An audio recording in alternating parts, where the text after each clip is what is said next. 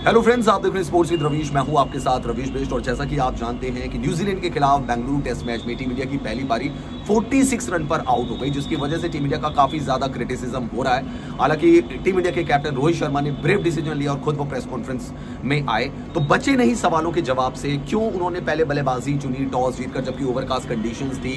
क्यों सरफराज को चौथे नंबर पर बल्लेबाजी कराई गई, विराट कोहली को नंबर 3 पर बल्लेबाजी कराई गई, कुलदीप यादव को क्यों प्लेइंग 11 में जगह दी गई? इन सारे सवालों का जवाब दिया रोहित शर्मा ने। तो रोहित शर्मा के लिए ये तो मानना पड़ेगा कि बचे नहीं। चाहते तो किसी और को भी प्रेस कॉन्फ्रेंस में भेज सकते थे, बट ऐसा नहीं किया रोहित शर्मा ने। तो ये एक डिसीजन रोहित शर्मा की, ये एक आदत मुझे अच्छी लगी कि खुद आए प्रेस कॉन्फ्रेंस में और खुद सभी सवालों का जवाब दिया। तो रोहित शर्मा ने क्या क्या बातें कही अपनी प्रेस कॉन्फ्रेंस में और क्या क्या उनसे सवाल पूछे गए, पॉइंटर वाइज मैं आपको बताने वाला हूं। पहला सवाल उनसे पूछा गया कि क्या भारत के बल्लेबाजों ने जल्दबाजी की शॉट मेकिंग में, जिसकी वजह से वो आउट हो गए? इसके जवाब में रोहित शर्मा ने कहा कि हाँ, आप कह सकते हैं, क्योंकि हम 46 पर आउट हो गए। ऐसे विकेट पर सीमर को मदद थी, गेम प्लान बनाना पड़ता है। हमने पहले भी ऐसे विकेट पे खेला हुआ है। हर बैट्समैन अपना प्लान लेकर वहां पे गया था। सबको पता था कि अब पिच कैसा बिहेव कर रही है और क्या वहां पे कंडीशन चल रही है। लेकिन कभी कभी प्लान जो है वो सक्सेसफुल नहीं होता है। शायद वो आज का दिन था जब हमारा प्लान सक्सेसफुल नहीं हो पाया। बैड डे था, हमें चैलेंज करना चाहिए था न्यूजीलैंड की गेंदबाजी को।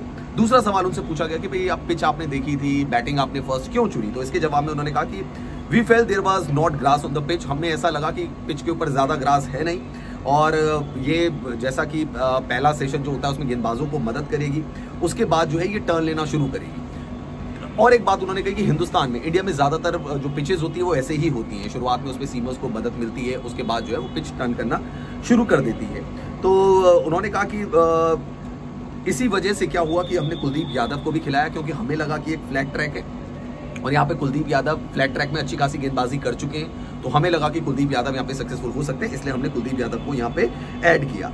रोहित शर्मा ने माना कि ये मिस जजमेंट ऑफ पिच था। इस बात को कबूल किया कि मिस जजमेंट ऑफ पिच था मेरी तरफ से, और we expected pitch to be bit flatter. हमने जैसा सोचा था कि पिच थोड़ी सी फ्लैटर होगी, पिच वैसी हुई नहीं। तो ये उन्होंने साफ तौर पर दोस्तों क्लियर कर दिया कि ये मिस जजमेंट था मेरी तरफ से।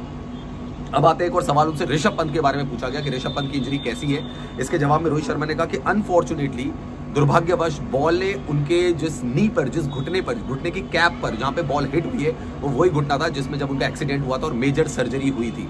तो ऋषभ पंत कोई भी रिस्क नहीं लेना चाहते थे और इसकी वजह से ऋषभ पंत बाहर चले गए और फिर ध्रुव जुरेल ने वहां पर जो है विकेट कीपिंग करी। और वो एक्सपेक्ट करते हैं कि ऋषभ पंत जो है कल वो मैदान में आएंगे और जो ग्लव्स हैं उनको थामेंगे।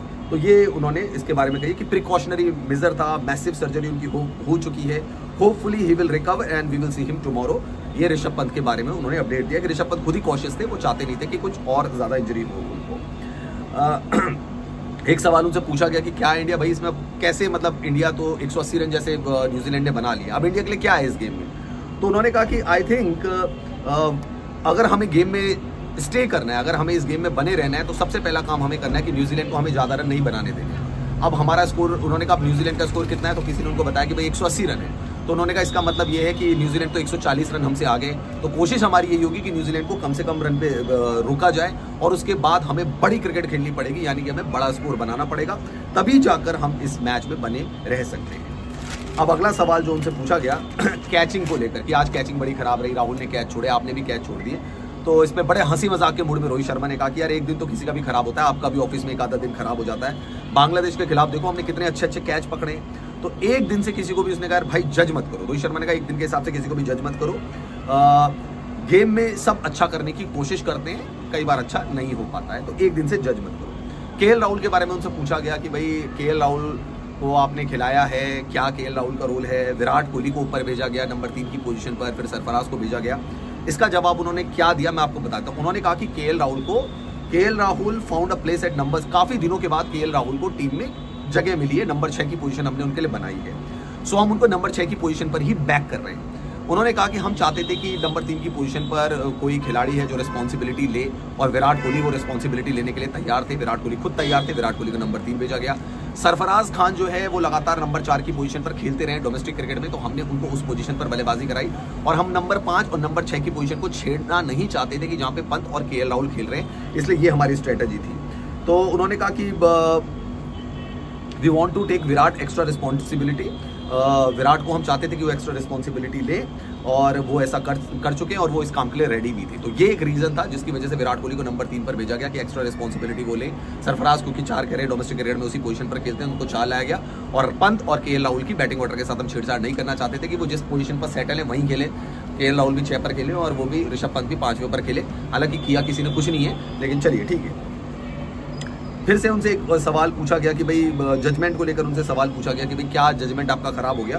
तो उन्होंने कहा you see and try to make judgement, आप देखते हैं और जजमेंट करते हैं। एक कप्तान के तौर पर मुझे काफ़ी ज़्यादा हर्ट हो रहा है क्योंकि ये कॉल मेरी थी, टॉस जीतकर पहले बल्लेबाजी की कॉल मेरी थी।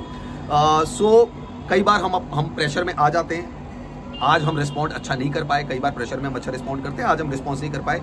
एक कप्तान के तौर पर मुझे ये हर्ट होता है। फिर उन्होंने लास्ट में बात कही कि 365 दिन होते हैं भाई साल में, और कई बार ऐसा होता है कि 1 और 2 कॉल आपकी बैड कॉल हो जाती है। शायद आज मैंने बैड कॉल ले ली। तो ये अच्छी चीज़ है कि रोहित शर्मा ने एडमिट किया कि हाँ भाई मुझसे गलती हुई है। न्यूजीलैंड के पूछा गया कि न्यूजीलैंड ने कंडीशंस का बेहतर फायदा उठाया। उन्होंने कहा हाँ जी, see New Zealand played in this type of the situation. New Zealand इस टाइप की कंडीशन में अच्छा खेलती है। उनके बॉलर ने हमें चैलेंज किया, उन्होंने हमें मजबूर किया शॉट्स को खेलने में। गेंदबाजों के लिए हेल्प भी थी, वहाँ पे गेंदबाजों के लिए हेल्प थी and we didn't respond to the challenge. और जो चैलेंज हमें मिला हम उसको रेस्पॉन्ड नहीं कर पाए। तो न्यूजीलैंड की तारीफ की है रोहित शर्मा ने। आखिरी सवाल उनसे पूछा गया कि भाई 6 फुट 4 इंच का गेंदबाज जो आए हैं विलियम, उन्होंने बड़ा परेशान किया। तो इसका उन्होंने रोहित शर्मा ने बड़े मजाकिया अंदाज में कहा कि भाई 5 विकेट मैट हेनरी को मिले हैं, उनको नहीं मिले 5 विकेट। फिर भी उन्होंने कहा कि ठीक है, कभी आप बोलते हो कि हम लेफ्ट आर्म सीमर से आउट हो जाते हैं, आज आप बोल रहे हैं कि 6.5 फीट का गेंदबाज हमें आउट कर गया। तो कहते हैं बस यार जो भी हुआ हमने अच्छा नहीं खेला। तो दोस्तों ये थी रोहित शर्मा की प्रेस कॉन्फ्रेंस डे 2 के बाद, और इसमें जो पॉइंटर्स खास रहे वो मैंने आपको बता दिए हैं गाइस। क्योंकि पहले दिन खेल नहीं हो पाया था, दूसरे दिन खेल हो पाया, तो जो उसकी खास बातें थी वो मैंने आपको बता दी। कमेंट सेक्शन पर जाकर कमेंट जरूर करें।